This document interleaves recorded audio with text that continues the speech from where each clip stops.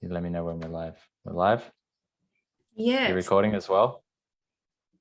No, but we'll download it afterwards from my live, Okay. so you can get the video and the audio if you want. And yeah, I think we are live. Can you see me on the timeline already? No, I can't. I'm just refreshing your page and it's not showing up yet. I Weird. bet It's not these showing. are like the first videos. The first. Because you've got a pinned post. That's why. Well, that's all I could see. It's here. We are live. Okay. All right. I shared it to my profile. Perfect. So everybody's ready. Hey everyone, to this time of the morning in Germany and everywhere in the world, wherever you are at whatever time you are right now. This is my podcast of Living and Dying, and you are already used to me inviting people that fascinate me, that have something to say, that are in service of this world. And who else could I ask than this person sitting in front of me? I don't want to be blind too much. You know, this will be about human design. I mean, yeah, you always use the words that people are going to like and people are going to watch. So we put in human design a lot. You're going to take away a lot. And I hope Damien's going to keep it easy for the non-nerds in us. I mean, Germans only had English in school, so maybe you could, try to go easy. But first, I want to ask you, who are you? What are you? How many are you? Can you just introduce yourself? How many am I? That's an interesting question. What do you mean by that? It's the title of a book right here. What people get nuts about it. How many are you? It's like different personalities and different inner childs, and yeah. Working more and more towards one. One unified, coherent being. Getting there. Who am I? I'm Damien. How to explain myself? I'm the founder and director of Evolutionary Relating, which is in its very early infancy and is moving towards, my desire is to take this towards a university analog, like an alternative online university, working really with cutting edge tools and information and technology and maps and models for, I think, the emerging future for where we're heading as humanity. So I've really been fascinated by evolution, by evolutionary processes, by what is human potential, where are we going, who are we becoming? And through that process, I've been collecting tools and technologies and have started to weave that into a bigger curriculum where we're going to be offering certificates and diplomas similar to what you'd get at university, but not so dinosaur-like and stagnant. And university is usually 5 to 10 years behind the cutting edge. Like they're really old and they take a long time to move because it's a bureaucratic process. So trying to stay ahead and slowly bringing in new teachers into that curriculum. So it's not just me. Don't ever intend to just be me. I fancy myself as the dean, like Dean Fogg from The Magicians or Professor Dumbledore from Hogwarts. Yeah. And in the human design terms, I'm a 4-1 splenic manifestor, but really an ego. I have a split definition there. I have an ego manifestor, really, with a splenic authority. And I've been fascinated by growth, evolution, transformation for a long time, perhaps as long as I can remember. Born into a Buddhist family, so learning to meditate from a very young age and raised with kind of spiritual mythologies and Wow. And have been interested and fascinated by a lot of different things over my lifetime, and tend to have a really generalist overview and a really good capacity for synthesizing and finding the links between lots of different streams of knowledge. That seems to be where my skill set is, where I actually can study one thing and another thing and find how they connect and how they interrelate with each other. And that seems to be what I really love doing. And I have a passion for facilitation and teaching and curriculum design. And my genius really comes out when I facilitate. And I love designing experiences. I'm a very experiential based facilitator. So I'm really always, for one, always interested, deep investigation, but always interested in the field, the group of people who's there, and wanting to turn people towards each other more and more. So I could go on and on, but that's maybe a little overview of me. Let's go on and on.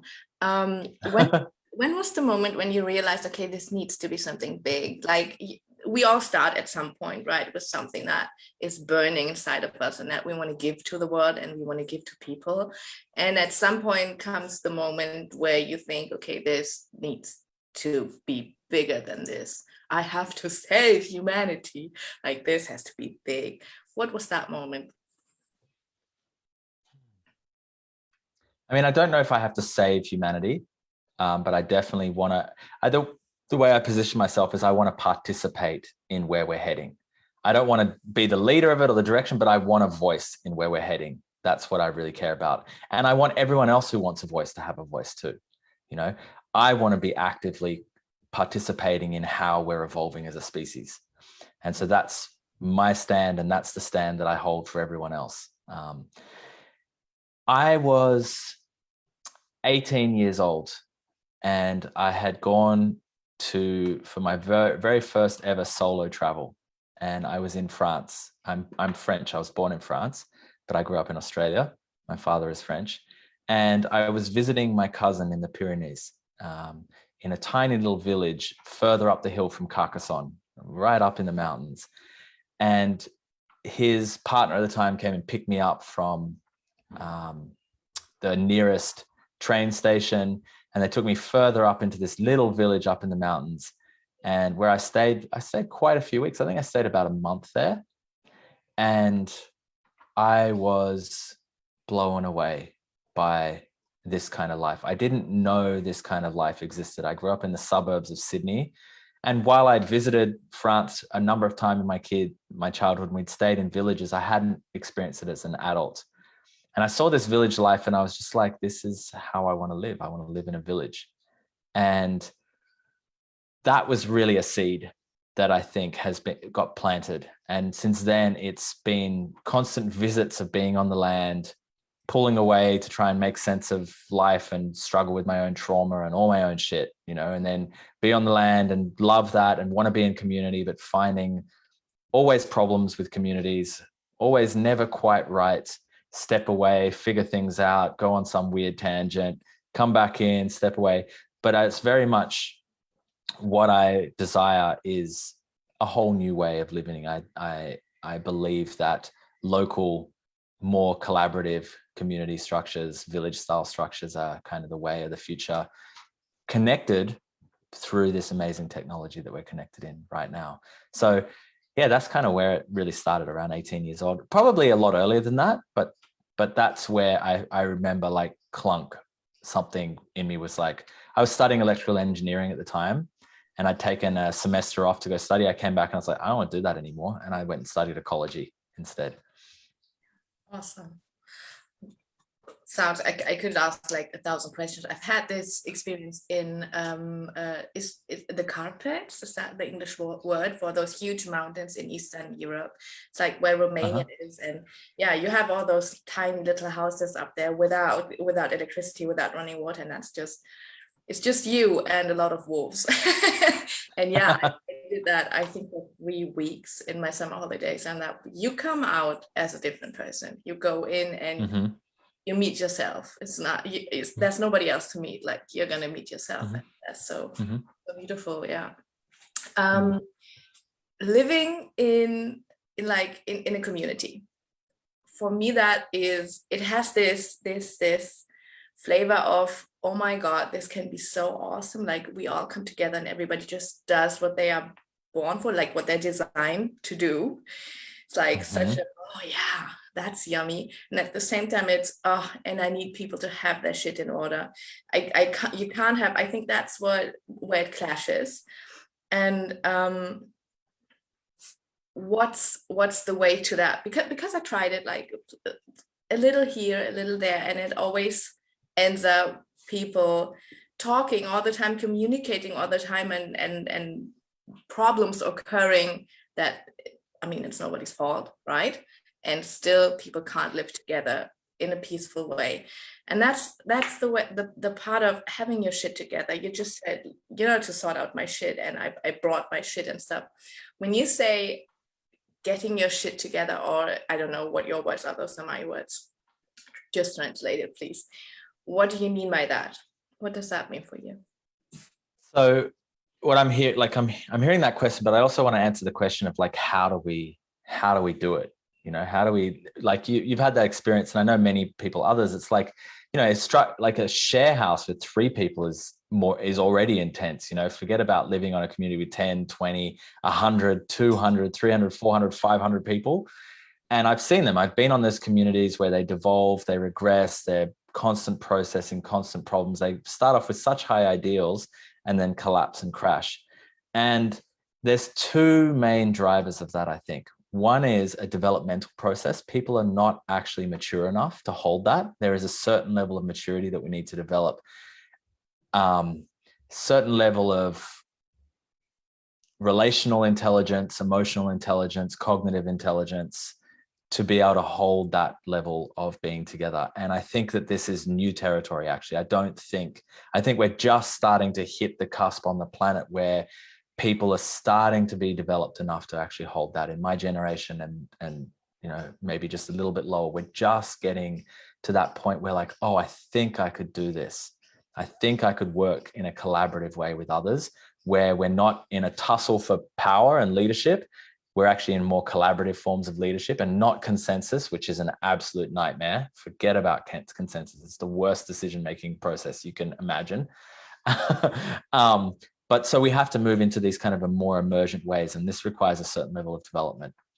In integral theory, I don't know if you're informed in it or many of your audiences, this is teal or yellow. It's second tier stage of development that we actually have to be in order to hold that. Then the second one is our kind of shadow work, or our trauma history. We have to work through our attachment trauma, our nervous system regulation processes. If we're not able to be regulated, if I don't have a handle on my trauma history, that is going to bite me in the ass over and over again. The moment I get close to others and we have intimacy, we have interpersonal closeness, the relationship between you and I. Right now, if we're at a distance and we're friends, it's okay. But as you start getting closer to someone, those wounds are invariably, unarguably going to be activated. The moment you start increasing in proximity to someone, your attachment wounding will surface. It's one of the sayings I love to say, it's really easy to think you're secure while you're single. It's really easy to think you can do it while you're not living in a community, right? Get into community, get close to someone, realize that your life is interdependent with these other human beings. It requires them showing up and you showing up.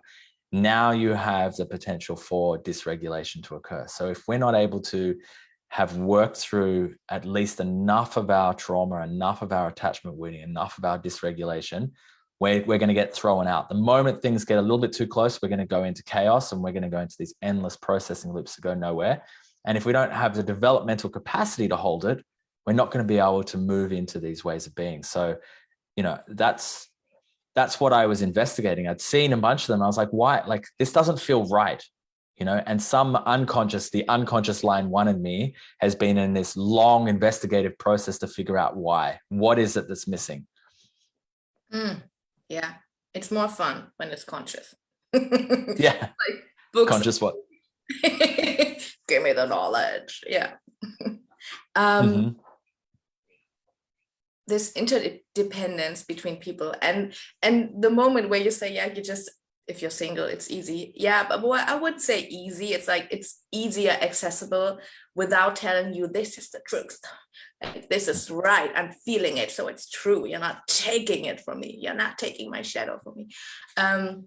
Yeah, I think it's easier if you're alone, and then go out and practice and realize it's actually working. Those moments are the ones that I love. You probably don't remember them so much, but I just started your work, and I just started this year has been like huge for me, and the things I'm doing and the things I'm learning. And it's like you're sitting in this moment where you realize, okay, like Svenja 1 year ago would probably just, something would be happening, like she would go into fight mode is my mode. It's just yeah, just kill them. Then the problem is solved, right? Yeah, that's that's my logic. And you're sitting like nothing's happening. It's running through, and you realize, okay, wow, no, I'm not gonna react. This is like the good shit. It's coming. People knee deep in shadow work. It's coming. Keep the shit going. You're doing great.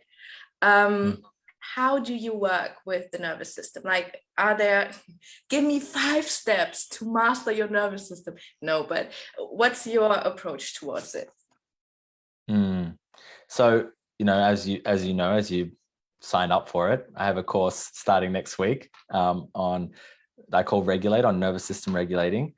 And so I had another call with another friend this morning, my morning anyway, and we were deep in attachment. We went deep into attachment. And one of the things that we mentioned is that there's actually a whole different set of skills. It depends on where we're looking. So there's my ability to regulate myself. There's my ability to help regulate you. And then there's our ability to co-regulate together. And they're actually distinctly separate skill sets, and they're developed differently.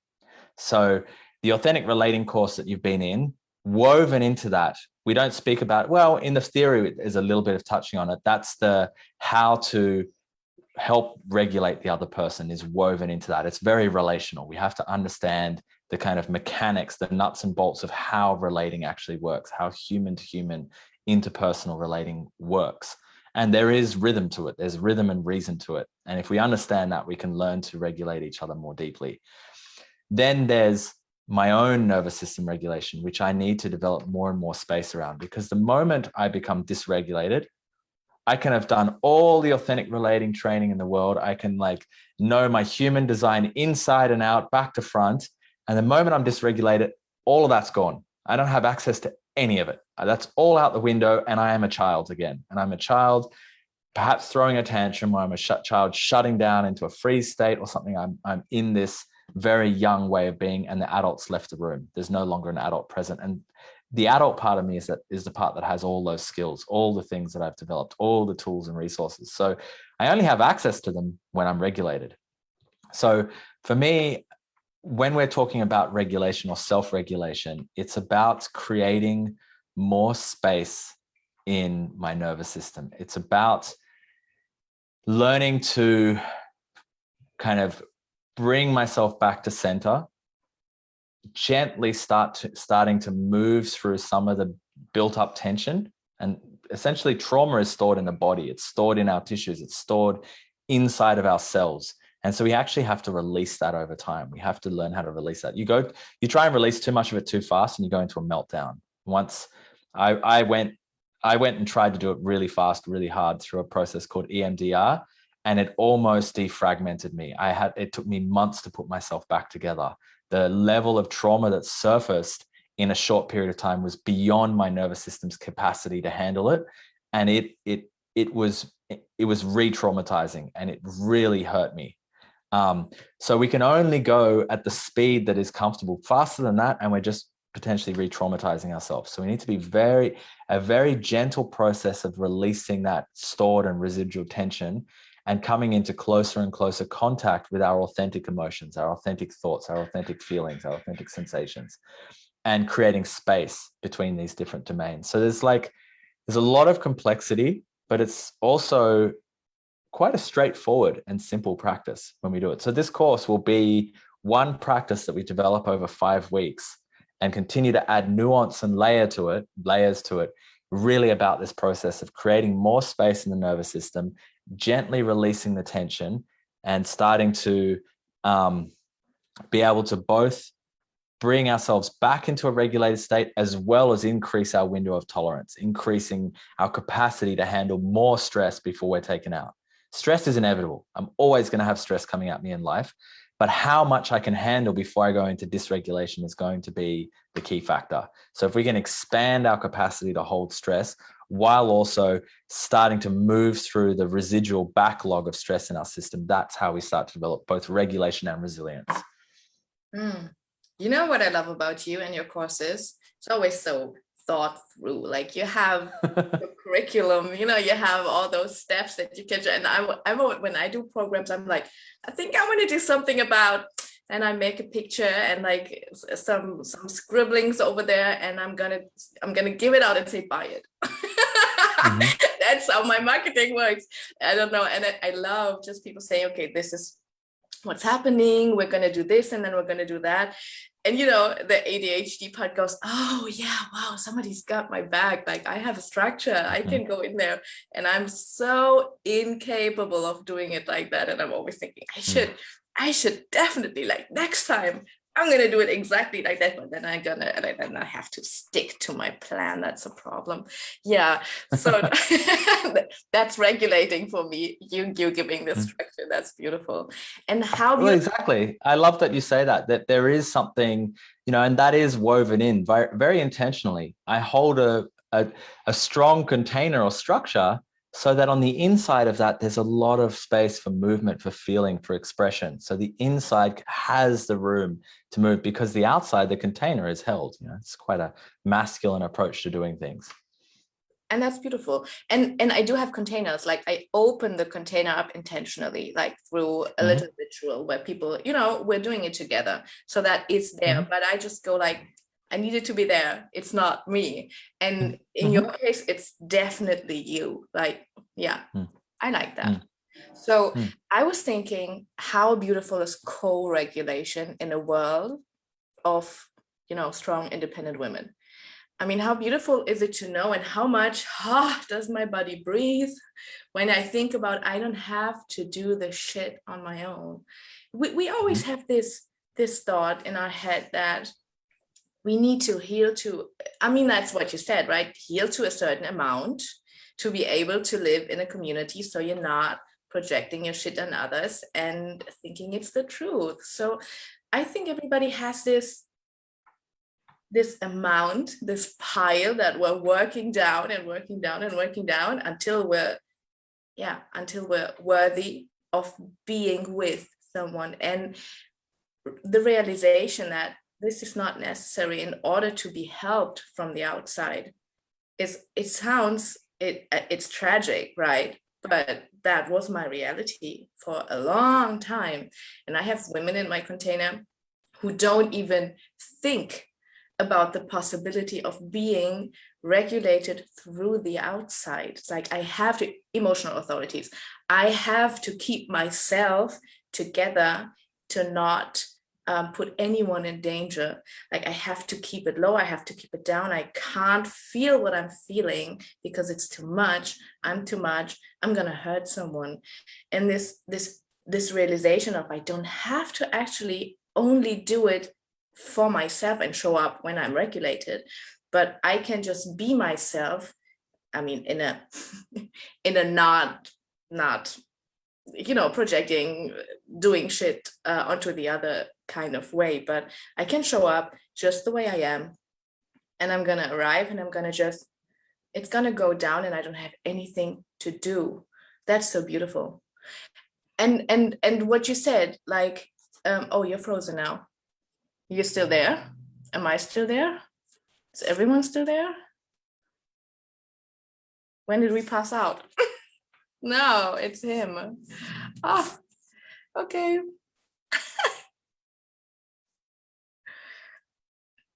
I was like, okay, he's able to sit very still. He says his computer has crashed.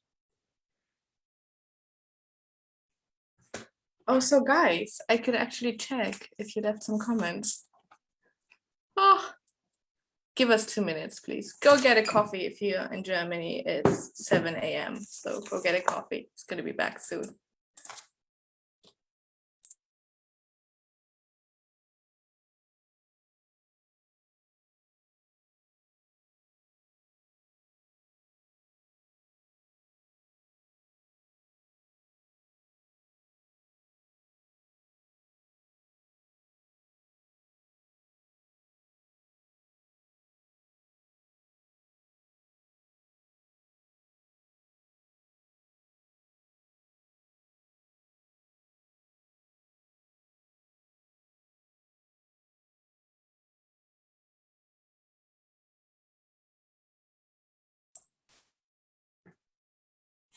There he is.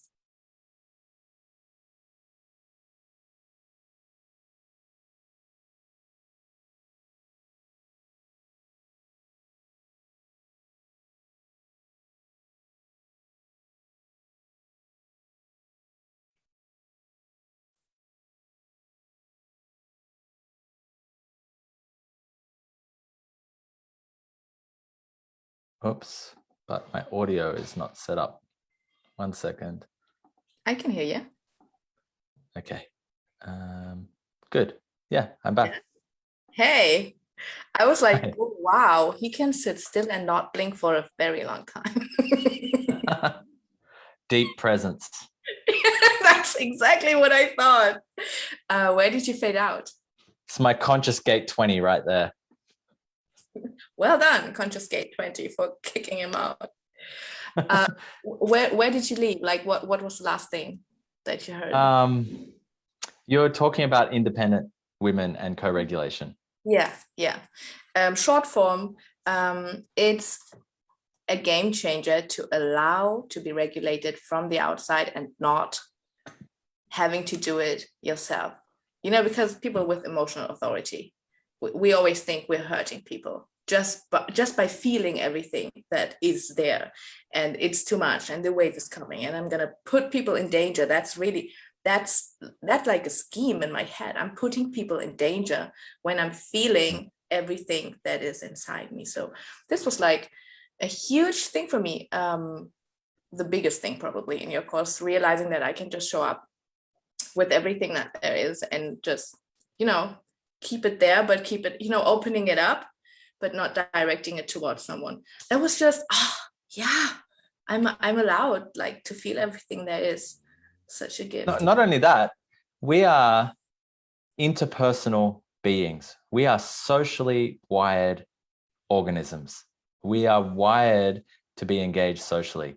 So from that context, we only thrive. We're only going to access our peak states, our kind of heightened awareness, our most bliss, our most joy, our most ecstasy in relationship with others. Co-regulation and the space that opens up from that. And we can, once you start to really deepen into a regulated state with others, it can become significantly transpersonal, mystical and magical, right? I was talking about this earlier with this other one. It can actually be magical experiences, like what we dream of and we can feel intuitively somehow is true. When we chase after tantra and, use medicines and all of these different things to try and experience these peak states. And there's some level you can achieve on your own. And then there's another level that you can only achieve in relationship with others, in connection with others, in this co-regulated space. And I don't believe that we can actually thrive, truly thrive, without that connection with others, because we're wired for that. That's what our nervous systems are developed for. So often this kind of independent human of like, I'm keeping myself separate, is often a survival strategy due to a traumatic history. A lot of the time, this sense of keeping ourselves separately. We don't have good models for a co-regulation collaborative society. They're not here. We don't have a society or a culture that's developed around how we're actually innately wired. In fact, it's counter.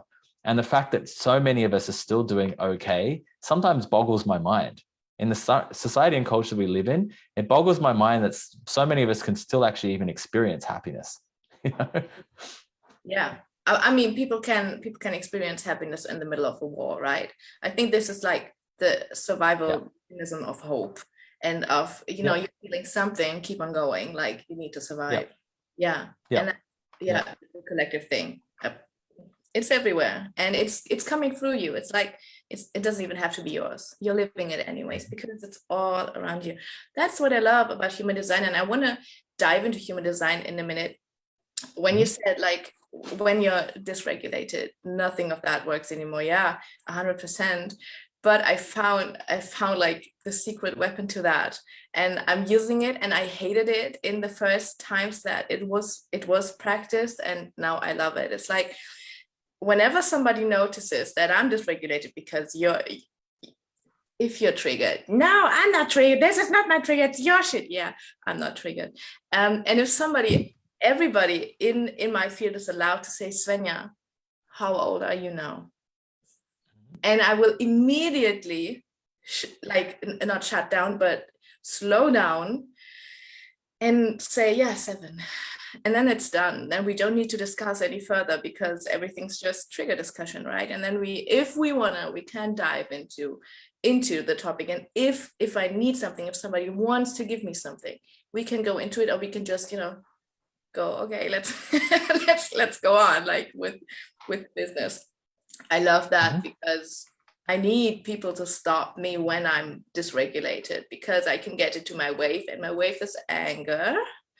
And anger directed towards people is really hurtful. I can imagine that this must be quite a thing. Like yeah, that's like the wrongness in me is my anger. So yeah, so interesting. And the piece, the especially with a throat that's powered by both your solar plexus and your ego.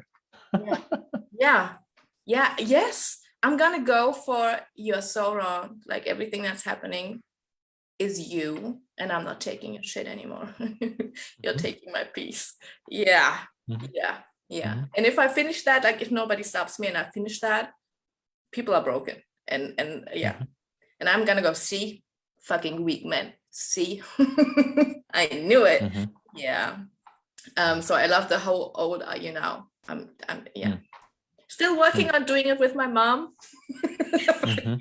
Let's get to that in 10 years.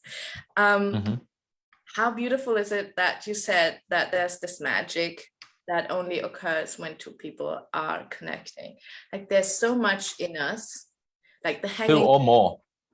Sorry? 2 or more. Yeah. But I'm just gonna go for the 2.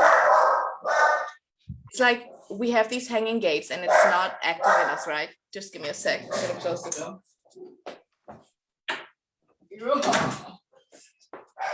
People are starting to go for walks now, and my dogs are like, okay, come on. When I connect to people and they activate something in me that's not there when I'm alone, and there's this magic, like, yeah, I can enjoy it. And it's also this codependence, right?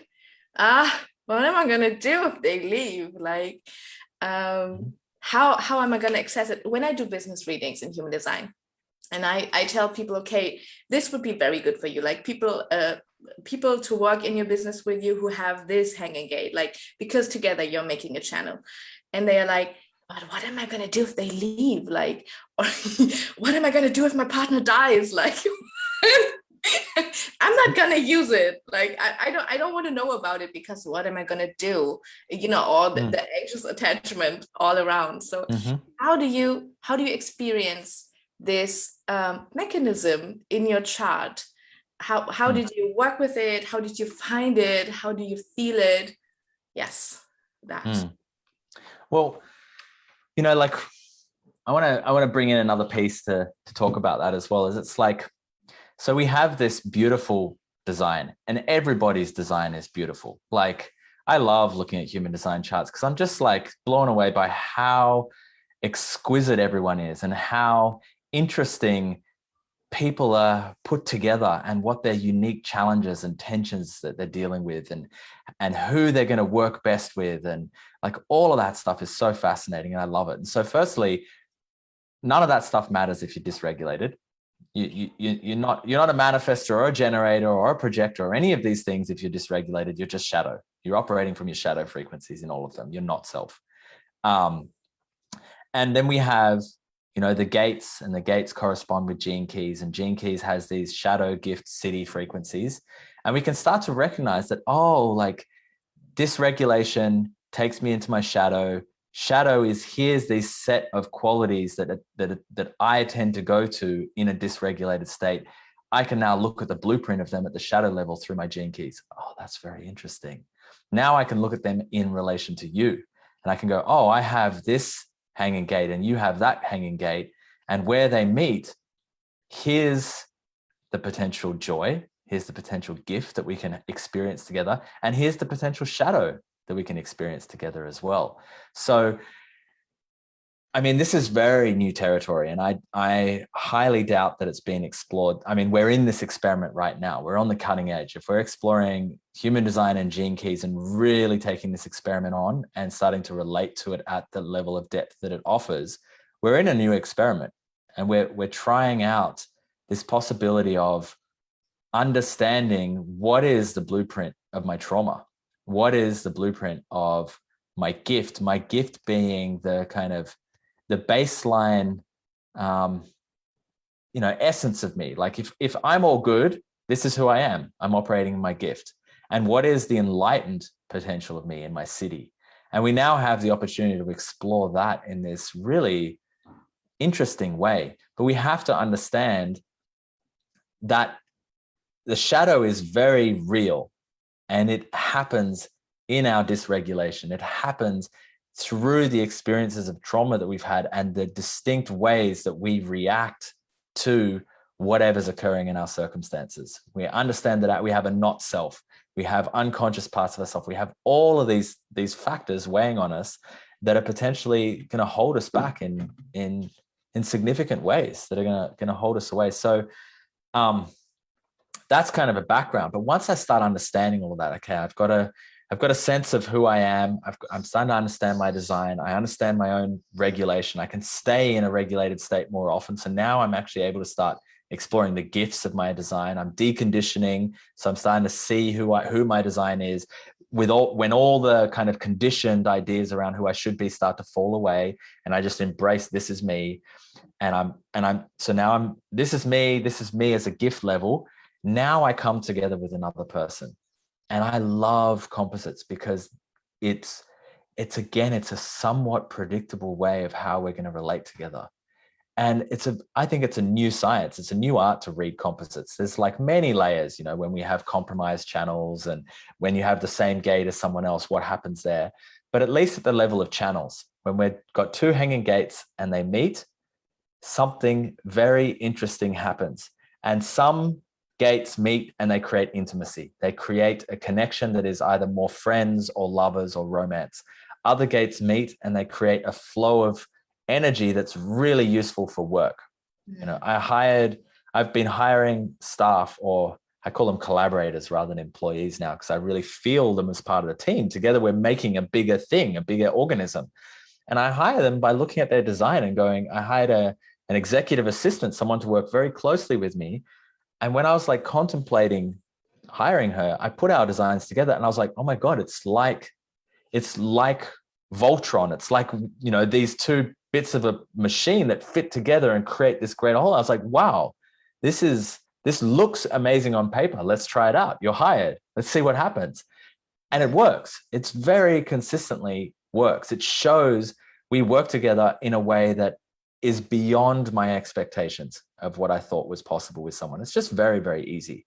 There's a very easy flow of information, generally from me, because I'm the chaotic manifestor who's got a million things in my mind, into this kind of stable generator with an engine that just goes on forever, can just output consistent work forever.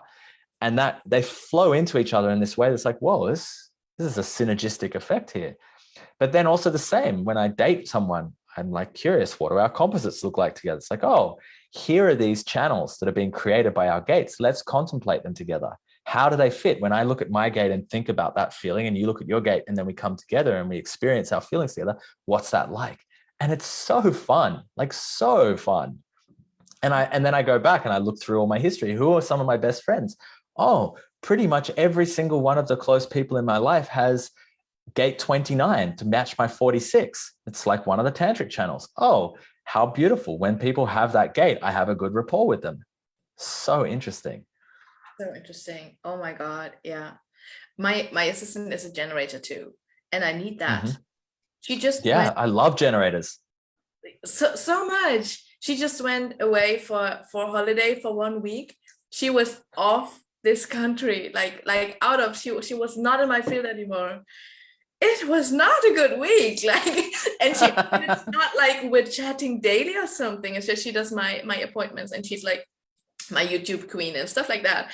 But she was gone, and I was like, oh yeah, I think I'm not gonna do anything this week. It was so interesting. Like my energy was gone, and she's not that close. So yeah, it works, like it works the field.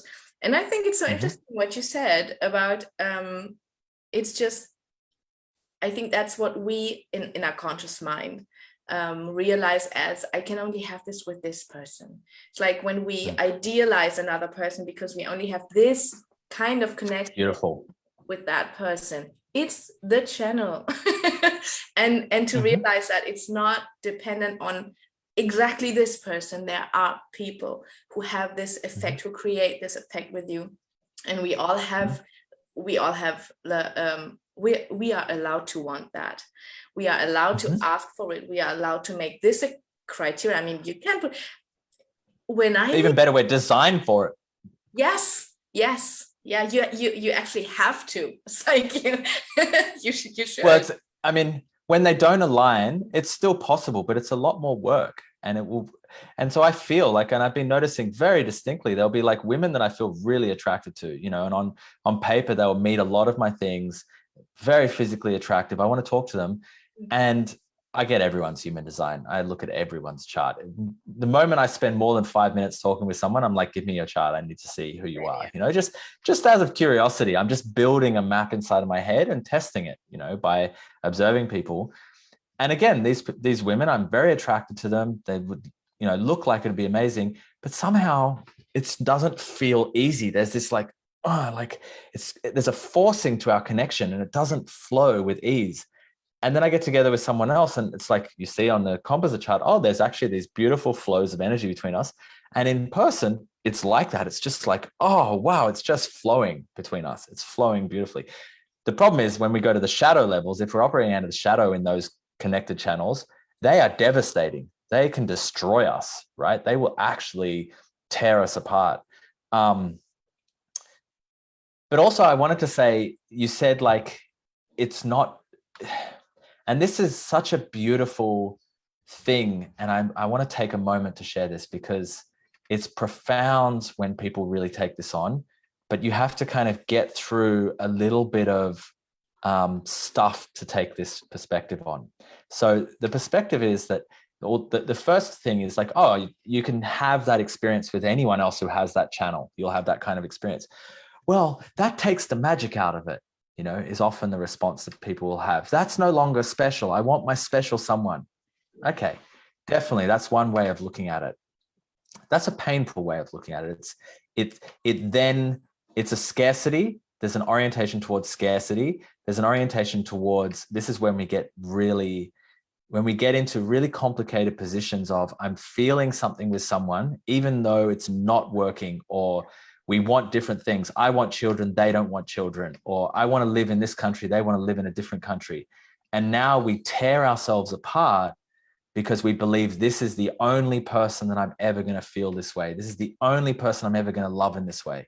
But when we understand that there's actually a rhythm and that there are many other people who can potentially feel that flow of energy between us, and there is a impersonalness to it. There's a design level impersonal to us to it, and go, oh, that's not magical anymore.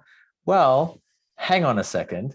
When you recognize that, you can actually have better standards, and we can recognize, I want to experience the healthy expression of this. And when someone comes into our field with that, we have the capacity to experience something even greater. So this addresses that. What do I do if they go away or if they die or something? Well, someone else fits, maybe not exactly, but they do fit with us in a way that's going to feel really good, really alive, really magical. And then, but that takes the specialness out of it. Well, not when you start experiencing it. You know, that's the thing. When you get together with someone, you have those shared channels and you have that shared experience, and you start exploring them and traversing between those channels, it's fucking magical.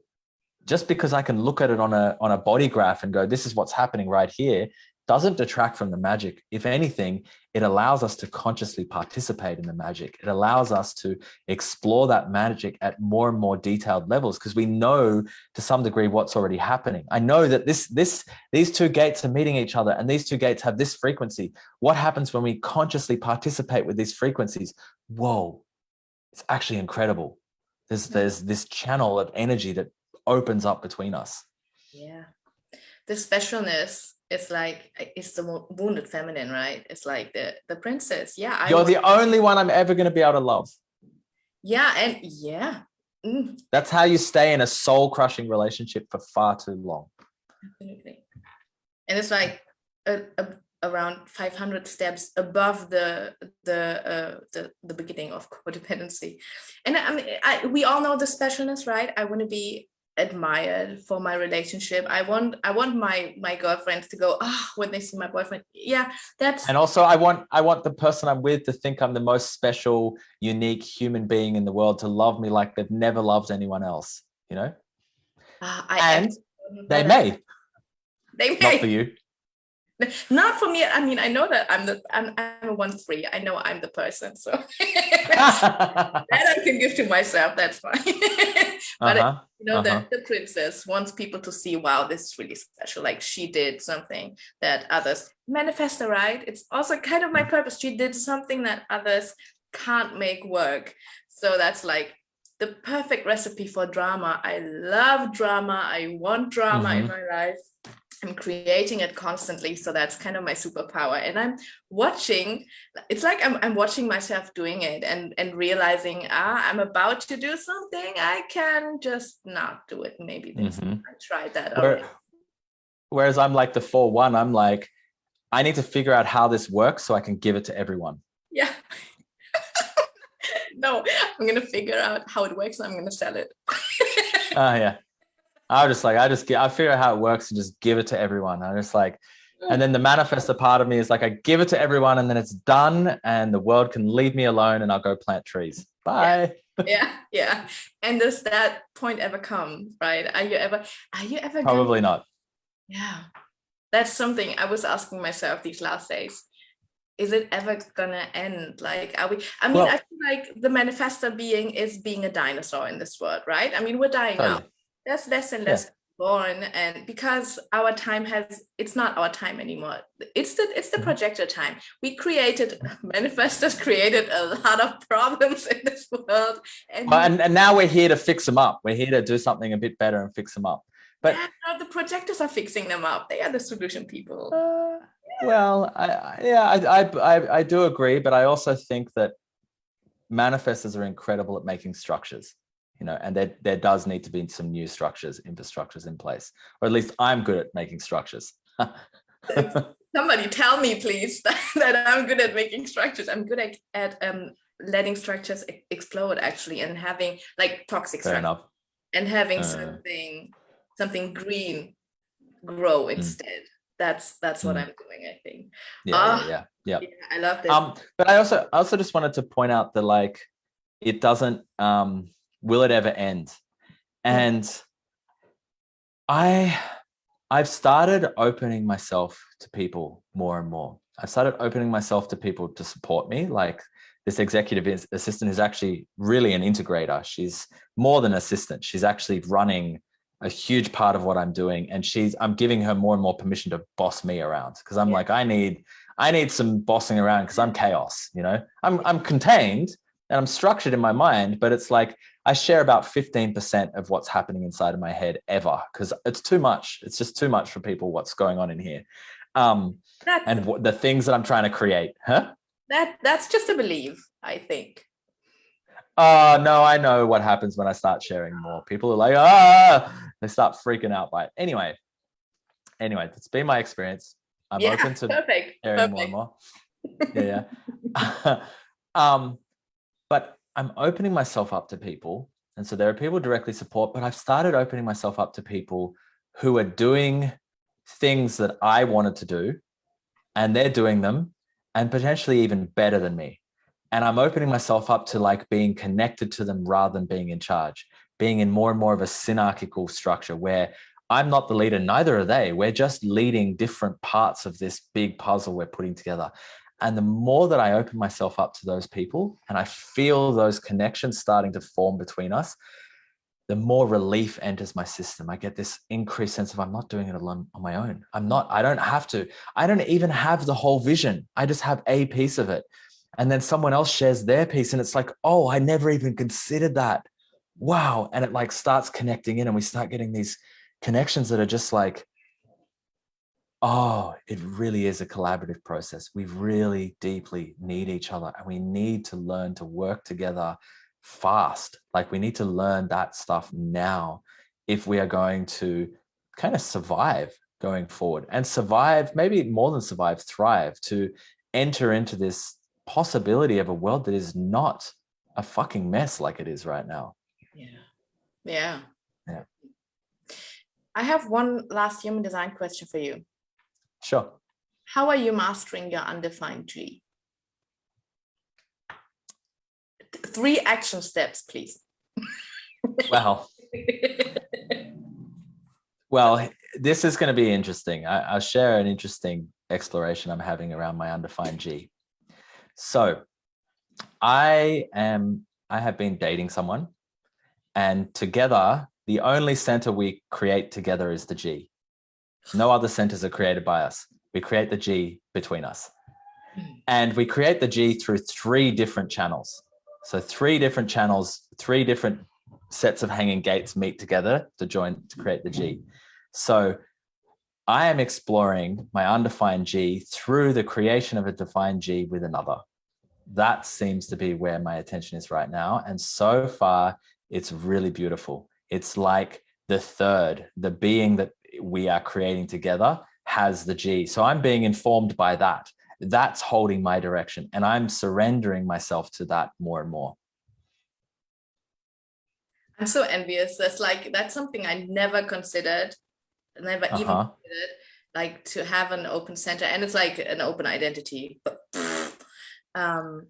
being like showing up through the connection to someone who is like, it's like puzzle pieces, right? It's like it fits, and something great happens out of it. Okay, so this goes onto my I need list. Okay. I need someone who I can create a G center with. Yeah, this is going to be my Tinder text from tomorrow on. Yeah. Do you have these hanging gates? Must have at least one of these gates. Must have no 2. 1 is not enough. No. Having 3 channels is much better there. It's very, very interesting. Well, I mean, that seems to be my thing. Like, and I love in human design the undefined centers. So everyone, you get the body graph and you look at it and you immediately start looking at the defined centers. Oh, this is who I am. The defined centers is who I am. But the undefined centers, anyone who's been in it for a while knows the undefined centers is what we're here to learn about. It's what we're here to absorb and take in and reflect on and discover. And so I've created an entire business largely around it, the exploration of the solar plexus. It's like I have a completely open solar plexus, no gates on it whatsoever. And it's all been, and which means the vast majority of my life, I thought I was an emotional being, but actually I was just amplifying everyone else's stuff and constantly in a mess because of it. And when I learned I'm not emotional, I'm not a solar plexus, wow, I just let that go away. And now I'm like stable. I don't wave very much until I get when I get impacted by someone's emotions and I'm like unaware of it. Sometimes I can be rocked by it, but generally I'm more and more, I'm an emotional flatline, not in a negative way. It's just, I don't wave like a solar plexus being. I don't have that wave. I might move a little bit, but I don't have this big wave or rhythm that guides me. So undefined G as well, always looking for love, always looking for identity. But the G center is so interesting to me in that it doesn't really have a voice. There's no, at least that's my experience. There's no prevailing or strong voice to it. It's a sense. It's a sense of direction. It's a direction, right? It's a compass versus like the solar plexus has a voice or an awareness or a texture to it. The spleen does too. The ajna does too. The root has a pressure behind it. The sacral has like this energy behind it. The throat has the ability to articulate. The ego has this kind of will motor behind it. The G is just like a compass. It's just like a direction. And so it's been something there in the background and not something that I've known that much about. And then to find myself, oh, here I am relating with someone. We've created this G center. That's the main focus of our relating versus we also have an undefined solar plexus together, but it's almost like we both explore that. Let's put that for a little while, fascinated by this G that we've just created. So this is where being a geek, it can be really, really fun. And if you like get together another geek who loves human design or gene keys or whatever, it's like, this is a really fun way to explore a relationship. It's really very interesting. And it provides a lot of opportunity to go deep, to go really deep. And it provides the amount of control that everybody wants to have over their relationship, right? This is your key. Go get your control. See where it is and use it. The G center is so interesting because you just said it feels like a compass. I know whether the person in front of me has a defined one or an empty one, an undefined one, through the feeling of when I connect to people who also are not defined in the G. I have this very soft feeling of love flowing. It's like we're meeting, and this spaciousness creates the tendency that lies underneath, and that's love. For me, the G center is love. Whereas when I meet someone with a defined G, I just get them. And I would directly go, oh, no, thank you. Yeah. Well, I get badly conditioned by people with a defined G. I get together with a friend who has a defined G, and I walk away from the connection going, maybe this is what I need to love. Like I walk away thinking their model of relationship is now mine. It happens over and over again. And sometimes it takes me a day to go, hang on a second, I just took on them. I just took on their idea of love and relationships. Like a friend was telling me once of like, I'm looking for a husband. I'm not in, like, I don't want any male friends who are not going to be in that category because that's taking up too much space. I want that space for a husband. And I walked away from that connection going, maybe I need to do that. I need to like clear out all my female friends so I can have the, and then I was like, what the that's not me. That's her. That's totally her. It's like, it's wild. It's wild. I've been really starting to get more and more subtle awareness of how I'm being conditioned at the G center. It's taken a while. It's like, whoa, okay. Yeah. And yeah, and it's scary, right? It's scary because if you are in a relationship, you're not gonna decondition so easily. It's like I have problems, and that's why I probably subconsciously have this huge farm. You know, there's nobody around. It's just my dogs and me. I get conditioned through my dogs. That's it. Like I'm good with that. It's sounds like a 1-3 to me. Yeah. I love people, really. I love it when they come and as long as they're far away. No, I love it when they come and visit and when they leave. It's both exquisite moments for me. And it's such a challenge to think, okay, yeah, I'm gonna, because that's my experience, because that's how it works, I'm gonna turn into that person. So I have to be really aware of who I am choosing, who I am letting in, who I'm letting, like everybody should do that, right? Who is near me. And the G center, yeah. I should definitely state I want an open G center. Nothing else is gonna work for me because I'm gonna turn into you, and I'm awesome, and I want to say myself I mean, I don't know who I am, but I love going through waves. And you said open emotional center. I know. I love the waves. And it's if you have this open center and you're like, I feel so much and I feel way too much. It's so interesting because I mean, if it's not you, you can just stop. And I was laughing so hard when you said I just stopped, and I was like, yeah, you can just stop doing it. And people often complain about I'm an empath, so I can't go out because I just take on everyone's stuff. And I'm like, well, just stop doing that. Like, it's not your stuff, so don't take it.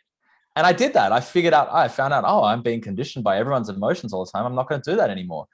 And I stopped doing it, and life got way better. Sometimes I still get taken out. And, you know, if I'm around a lot of people for a long time, I can be like, oh, okay, I need a break just from all the emotions. But generally, I just don't take it on. And I realized, and I got more and more fine-tuned of like, what is not me there?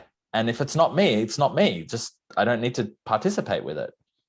Oh, yeah, so good. This is so manifesto. Just stop doing it. Just don't do it. Ugh, it's not so hard. Yeah. Okay, I got 3 questions. Those are my throwing you out questions. So prepare. Great. Question number 1.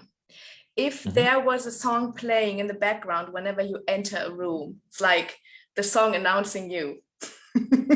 Which song would it be? Wow. That's a tough one. Yeah. I mean, can it change depending on my mood? Absolutely not. No, just the one song. Just one song. Okay, Oh, maybe wow. you can change it, let's say every 3 years. One song.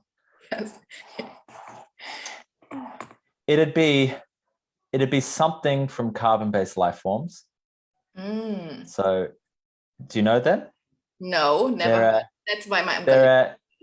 They're an ambient electronic music group. So there would be no vocals, and it would just be this like electronic music, quite ambient, spacious, deep, melodic background music, and it'd just be playing in the background. Awesome. And people would just go like, what's happening? Yeah, they'd just be like, oh, like it's just like it's a mood, it's a tone. There'll just be a tone that fills the space, and everyone feels like calmer as a result. They're like, oh, like this feels nice, like kind of, it's not dancing or anything. It's just like a kind of relaxed into that feeling. It's like 100% your energy. Yeah. My life's work is stillness. Okay. Question number 2. Marvel or DC? Marvel. Good. I should definitely ask the question before I do an interview, because that's like it's not about right or wrong, but there is a right or wrong answer to this question. So I should. Yeah. If you like DC, what the hell are we talking for? Seriously. Okay. Why are you even here, like in my Zoom room? Okay. Although the Batmans, the Chris Nolan Batmans were phenomenal. Okay. Absolutely. I don't count them as DC. They are like something went wrong in the DC, so they did something great. And I quite enjoyed Aquaman, even though it was weird and was like way too. Yeah, I enjoyed it just because it was so outrageous. It was so outrageous that I enjoyed it. Like, I want to watch it again, actually. Riding seahorses around and stuff. It was like so outrageous. Oh my God. I'm just going to pretend the last. And Jason Momoa is a sexy beast as well. Yeah, I'm more the Chris Evans kind of person. Yeah, the Captain America.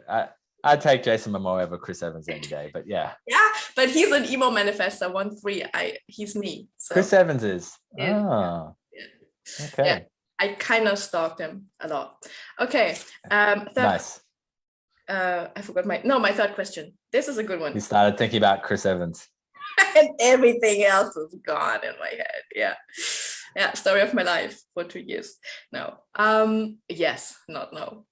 If something happened to the world and everything that has ever been written and posted from you has been deleted, so there's nothing left of anyone, and the complete humanity is everybody's asked to write 3 sentences, like their message to the world, into one giant book, and the school system changed, and one school subject is just read the words of every human being in the world. So everybody's going to read your words and everybody's going to make something out of it.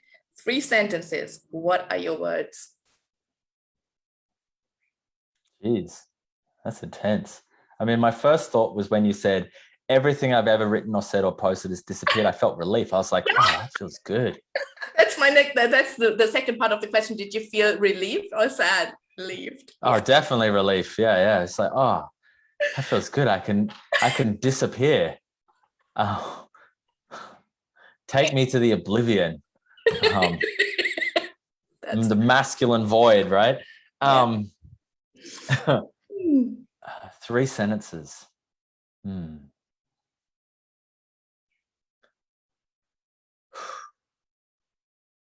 That's a really hard one, because it's like there's so many different things. Like, what's the context? Just any sentences, or is there like some direction for them? It's not about what you should say. Like what it's not about what everybody should do, that you're doing, and that's coming out of you already. If it's a total new playground, what do you really want to say?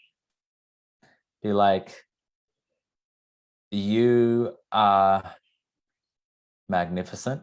Yeah, everyone. So just when I say you, I'm speaking to anyone who reads it. Yeah, everybody's gonna read it.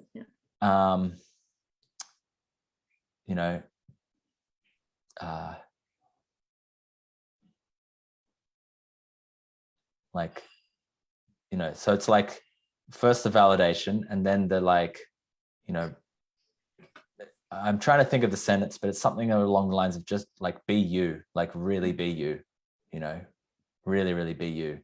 And then the third one will be something along the lines of like let yourself be moved by the imperative to evolve or mutate, something like that. Because I think that's innate. That's innate to the universe. There is a mutative evolutionary pressure. So it's like, let yourself be moved by that. Let yourself participate by that impulse. Participate with that impulse. Yeah. Yeah. Let this fill up. Beautiful. Beautiful. I don't mind this happening in the world either. So maybe that would be a good thing. If people want to join, if people want to get on your train, is what we say in Germany, what do they do? Like, do they follow you on Instagram? Do you have a Facebook community? When do you start? Because I mean, the next course, let me just say 2 or 5 sentences about the course I did from you.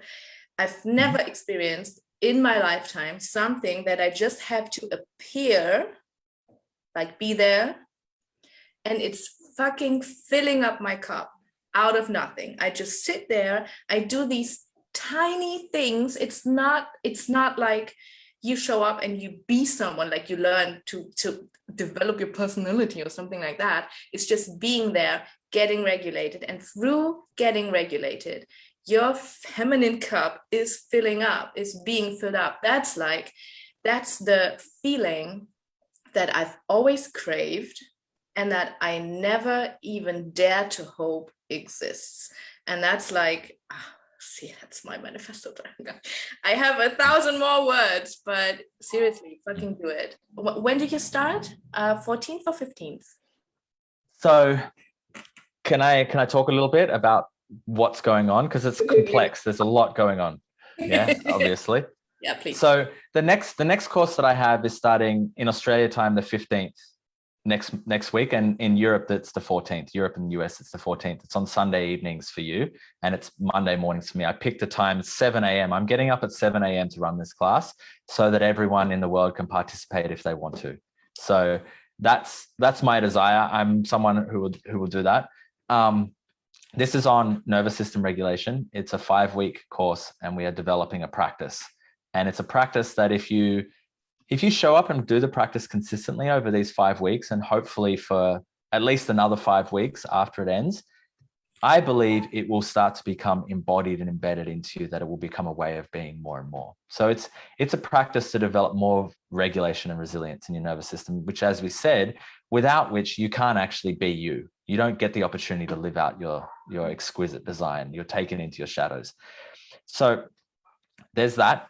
Then as soon as that goes live, I'll be marketing, which is great for this call. I'll be marketing starting next week, a course, Evolutionary Human Design, which starts right at the end of January next year. It's a 20-week course. I'm co-teaching with my mentor, Fabrice Boulanger, who's a wonderful repository of knowledge in human design. And we've created this 20-week in-depth training around all the basic fundamentals of human design, the activation sequence of the gene keys. And so it's going to be theory, but also I'm going to bring my flavor in, which is the relational experiential part. So you're not only going to learn about your design, learn how to read your own body graph, learn how to read other people's body graphs.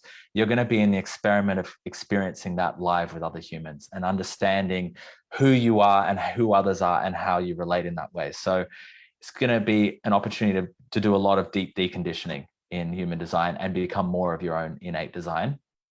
And then the fundamentals of authentic relating, which you reference as well, we will start running that from the end of January as well. And that will probably run 12 times next year. It's going to be, I have new teachers who are ready to step in and they're fantastic to start teaching it. So that's something I want to continuously run, because this is a training, like as you experience, that I want everyone to have. I want everyone to have access to it, because I really believe the world will change if we have the opportunity to relate in these ways quite significantly.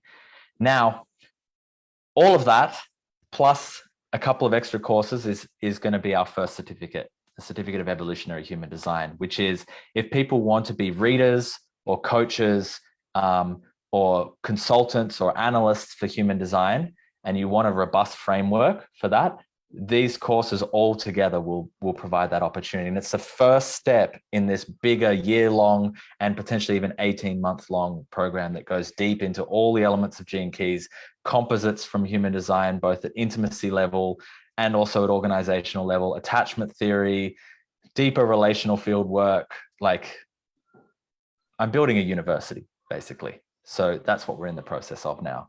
So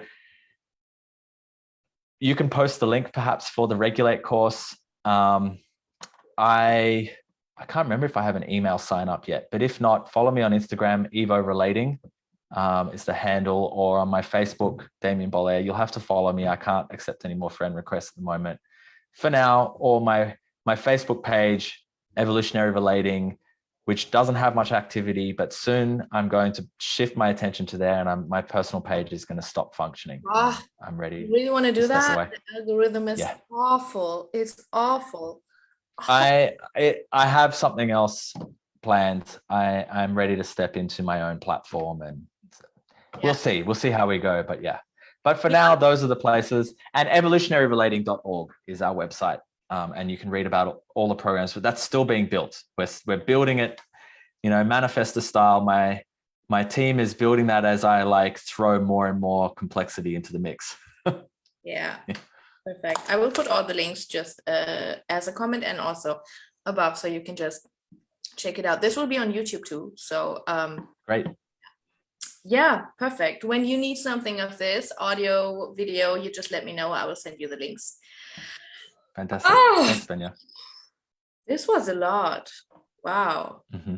Yeah. Sometimes I just have this, just talking, laughing, making fun of spirituality kind of thing. But yeah, today was very deep and I loved it. Thank you so much for your time. You're welcome. Everyone, I mean, you're missing out if you're not doing it. I'm going to be there in November.